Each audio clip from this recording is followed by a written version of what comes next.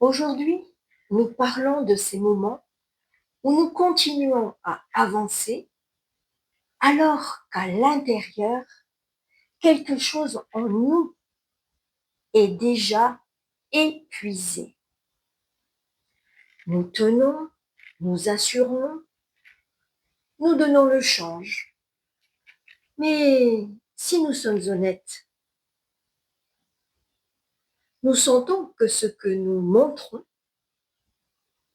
n'est plus vraiment ce que nous vivons. Nous vivons dans un monde où tout pousse à montrer une version de nous-mêmes plus lisse, plus forte, plus acceptable. Alors que nous ajustons, nous filtrons, nous construisons une image.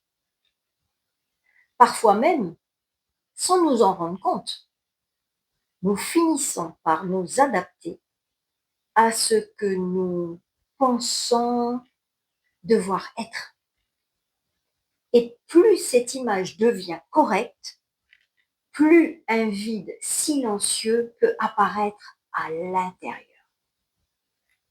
Un décalage subtil entre ce que nous donnons à voir et ce que nous ressentons vraiment.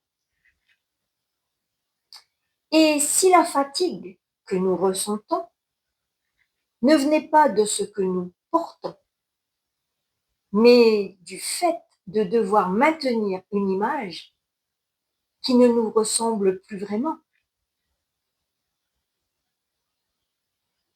Et si ce qui nous épuise, ce n'était pas la vie, mais le rôle que nous essayons d'y tenir. Même dans les espaces de développement ou de spiritualité, le paraître peut se glisser.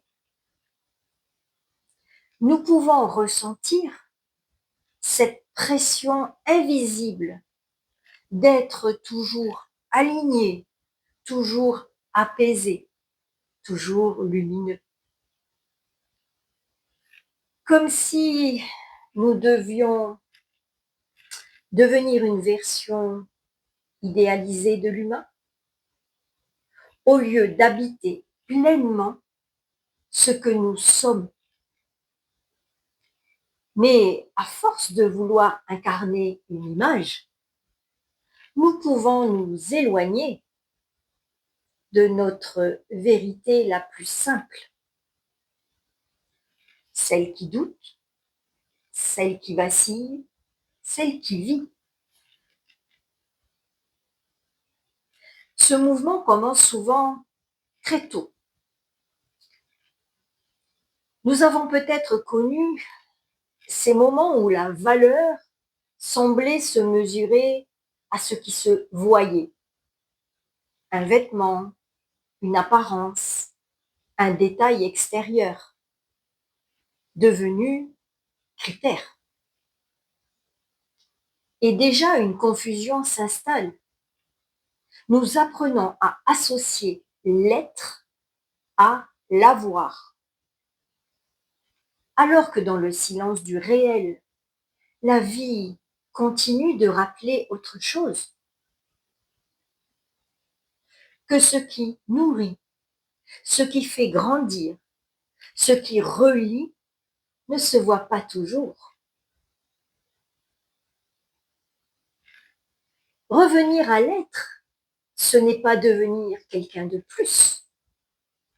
C'est cesser doucement d'ajouter. C'est laisser tomber ce qui n'est plus nécessaire.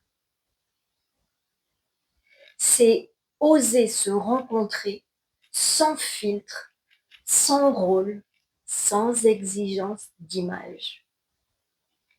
Et alors découvrir que même dans l'imperfection, il y a quelque chose de profondément juste, quelque chose de vivant, quelque chose qui n'a jamais eu besoin d'être validé pour exister. Si nous sentons que tenir une image devient lourd, si quelque chose en nous demande à respirer autrement, alors peut-être que le moment est venu de déposer ce qui pèse, sans se forcer, sans se juger, juste commencer à regarder derrière le masque et ne plus rester seul avec cela.